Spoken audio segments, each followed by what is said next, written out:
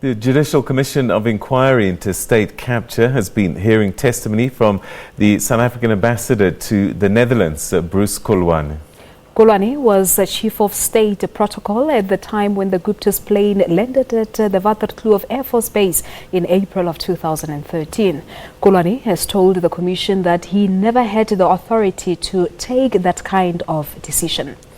A security cluster investigation found that the former Chief of State Protocol had ignored the rules and regulations in his push for that landing. That's why I say it's either a misunderstanding on his side or maybe my failure to explain it properly to her, because we had a very short discussion with her, that all I want is to see this matter being processed, which is my responsibility to make sure that it's processed. As to whether the answer is yes, we issue, or no, I will convey whatever answer comes, because I cannot.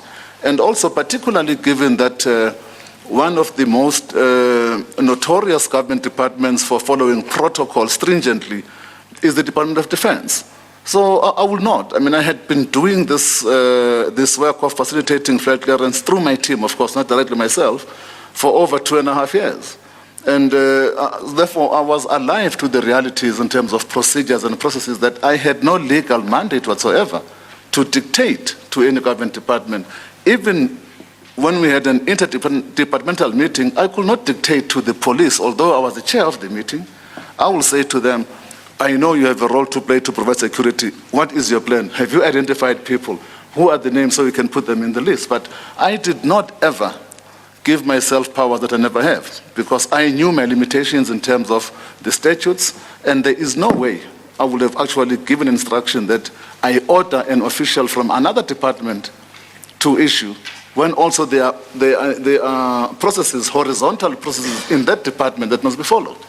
So, and furthermore, I would just like to state for the record as well, Chair, that I even further said to my PA, please make sure that the following people are also copied, so that because I'm in a meeting, they can also follow up.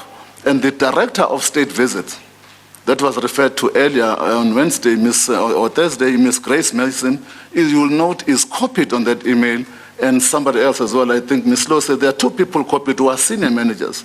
So if I was off an agenda to do something dubious, why would I say let's copy some senior managers within protocol who know exactly what process must be followed?